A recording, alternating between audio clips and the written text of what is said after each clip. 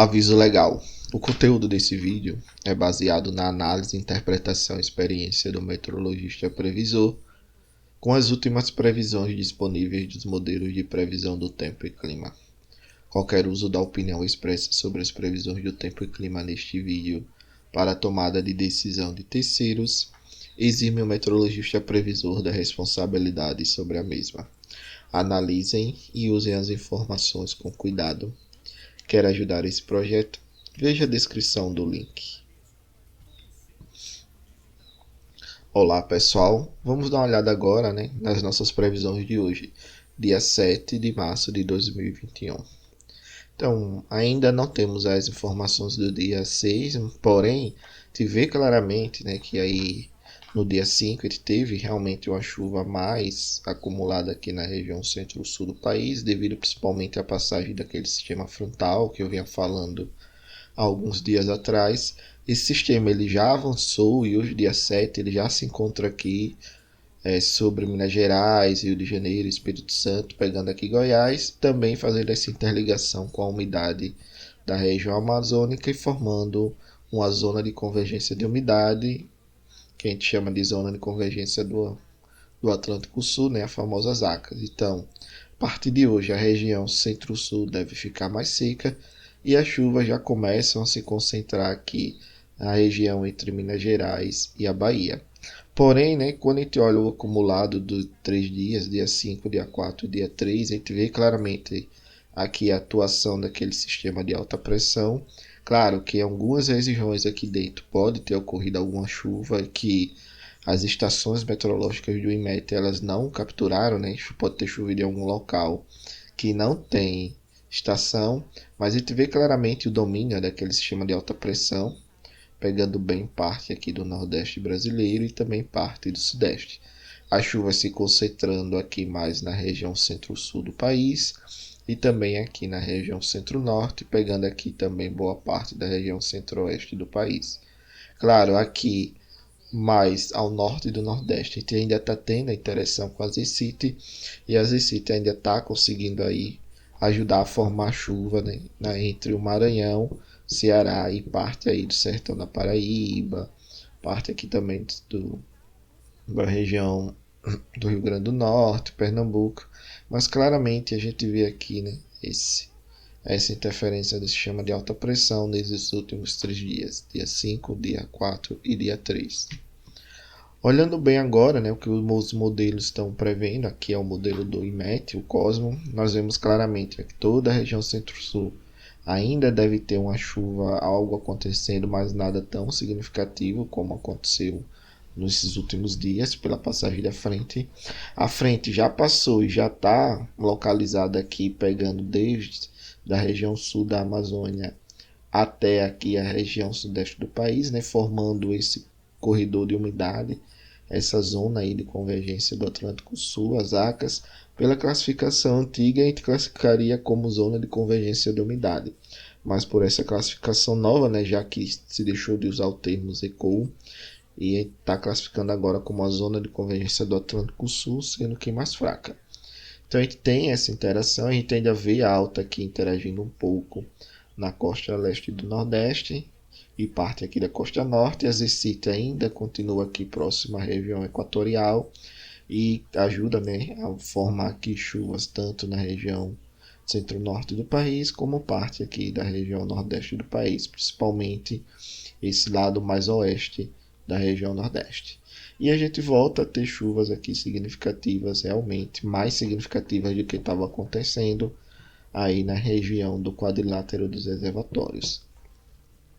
Olhando bem aqui a componente de umidade relativa e médios da atmosfera, nós vemos que a frente ela tem essa passagem e ela ainda mantém, claro que lá para o dia 14 já começa a ter enfraquecimento mais acentuado dessa zona de convergência, e nós vemos claramente aqui que ainda tem o vestígio dela atuando sobre o sudeste, porém bem fraco, mas a gente ainda continua tendo formação de chuvas na região centro-norte do país, e a Zecite aqui aparentemente já começa também a perder um pouco mais de força e ela começa a migrar cada vez mais e mais agora em direção ao norte, fazendo com que essa região aqui mais ao norte e nordeste não tenha tanta interação, tanto pela baixa atividade das SCIT, como esse caminho natural aí dela voltando para a região norte do planeta, né, para o hemisfério norte. Observando agora o campo de pressão atmosférica em médios níveis, nós vemos claramente aqui a gente tendo, né, uma alta pressão de vez em quando atuando, interagindo aqui com a costa do leste do Brasil, porém a gente vê aqui alguns sistemas de baixa pressão rompendo essa alta pressão e empurrando ela mais próxima à África. Então acaba liberando a atmosfera sobre o país e nós voltamos a ter aí a formação de uma chuva bem distribuída na maior parte do país. Outro detalhe também aqui, né, observando a altura geopotencial, nós não vemos nenhum geopotencial fechado aqui na região central do país que possa exemplificar aí a formação de um bloqueio atmosférico. O que nós vemos claramente é essa alta pressão, ela ganha força em alguns momentos, interage aqui mais na costa do sudeste e do nordeste do país, mantém as chuvas mais concentradas na região sul, né, região centro-sul.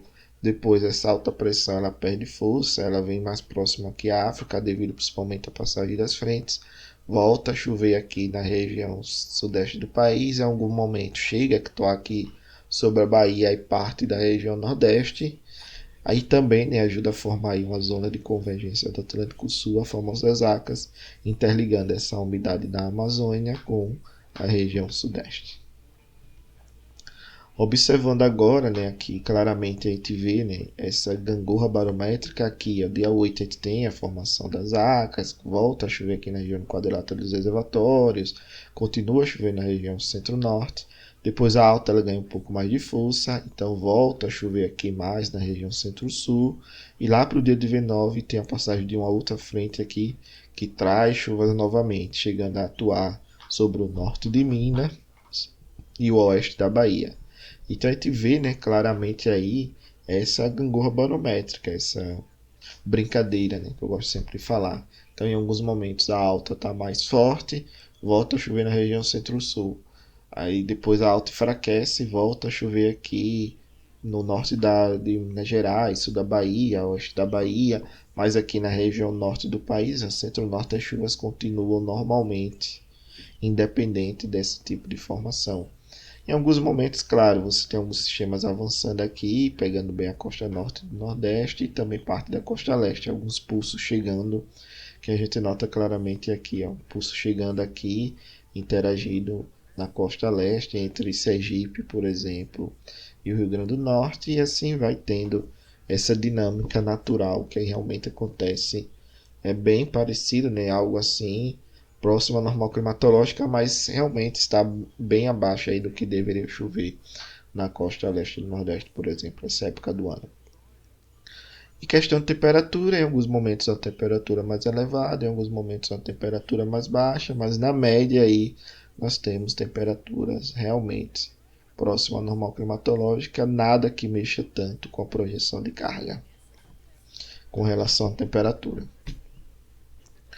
Olhando agora o armazenamento de água no solo, que a gente vê claramente é uma troca de locacional da chuva e, consequentemente, você tem uma troca aí de locacional do acumulado de armazenamento de água no solo. Então, deixa de chover na região sul, começa a secar aqui na região centro-sul, a gente vê claramente. Porém, as chuvas começam a se concentrar aqui na região sudeste, volta aqui a aumentar o armazenamento de água no solo na região sudeste, principalmente aqui na região de Minas Gerais, Rio de Janeiro, Espírito Santo. Aqui também no oeste da Bahia volta a ter esse aumento gradativo.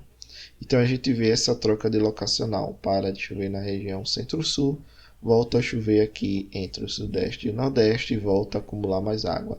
E o restante do país mostra aí um predomínio, né, do que a gente está vendo aí nos últimos dias, que é uma manutenção desse armazenamento de água no solo.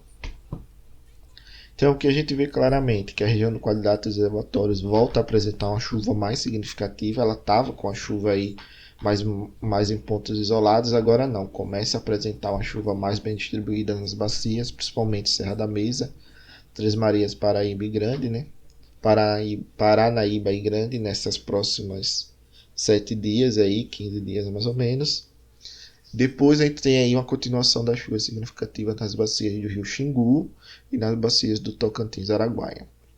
Região sul está apresentando aumento de vazão ainda nos próximos dias, porém depois deve começar a cair, pegando principalmente aí as incrementais da Itaipu, Bacia do Paranapanema, Iguaçu, Uruguai, devido ao retorno de chuvas na região que aconteceu nos últimos dias. Ainda está tendo uma chuva, mas nada tão significativo.